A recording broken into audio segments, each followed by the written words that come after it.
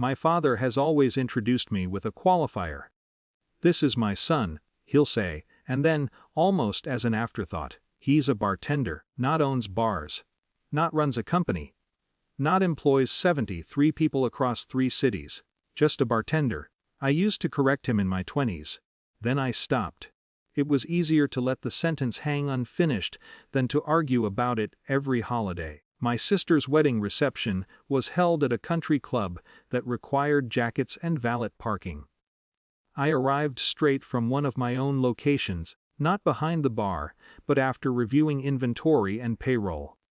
I still smelled faintly of citrus and smoke from the kitchen. When I walked into the reception hall, my father was already holding court near the open bar. He saw me, snorted lightly, and said to the man standing beside him, "And this is the other one. He's just a bartender." It wasn't malicious. It never is. It's delivered like a punchline everyone understands. The man beside him turned and extended his hand. "I'm Daniel," he said. "The new husband." So this was my sister's corporate miracle. Finance, I'd been told, mergers. Something abstract and expensive. I shook his hand. "Good to finally meet you." "What bar do you work at?" he asked, polite but already scanning the room for someone more relevant. "Depends on the night," I said. "Mostly in the city." He nodded absently, then paused. "Sorry, your last name again," I told him. Something shifted in his expression. Subtle, his grip loosened slightly before he let go. "Spell that."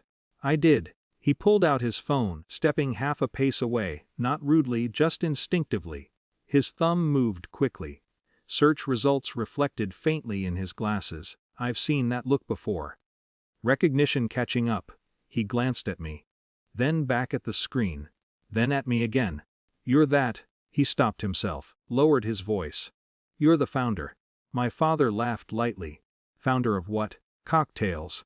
Daniel didn't laugh. He turned the screen slightly toward himself again, scrolling. An article headline was visible for a split second.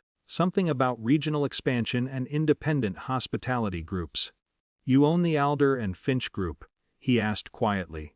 "I don't enjoy scenes. I never have." "I run it," I said. "With partners." The music in the reception hall hadn't changed, but the air at our little cluster of people had. My father's smile tightened. "What group is that?" Daniel looked almost unsettled. Not intimidated, recalibrating. "My firm evaluated your company last year," he said to me, "during a market expansion review. You acquired 3 properties in under 18 months. That sounds right," I replied. He blinked once, processing. "We used your operational model as a case example," he added. There it was. Not praise, not flattery. Just external validation delivered in neutral corporate language. My father's posture shifted in a way that would have been invisible to most people. Shoulders less relaxed.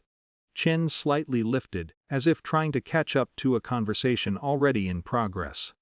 "I didn't realize," he said. The humor drained out of his voice. "You never mentioned all that." I could have said a lot in that moment. I could have reminded him of the times I tried to explain scaling costs and he changed the subject. The time he told an uncle I was still figuring things out. The Christmas he suggested I get a real career before 30. Instead, I shrugged. "You never asked." Daniel slipped his phone back into his pocket, but stayed facing me now, fully engaged. "How are you handling labor volatility?" he asked. "Most groups your size struggled post-pandemic."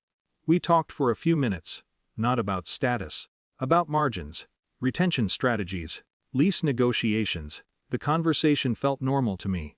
This is my daily language. But over Daniel's shoulder, I saw my father watching. Not proud, not embarrassed, disoriented. My sister approached halfway through, smiling brightly. "What are you boys talking about?" "Your brother's company," Daniel said evenly. "It's impressive." She looked at me, confused. "What company?" I held her gaze for a second. "I own the bars," I said simply. "Not just the shifts." She blinked, then laughed lightly as if waiting for the punchline. There wasn't one. Dinner was called shortly after. We took our seats. My father didn't repeat the bartender line when introducing me to the couple across the table.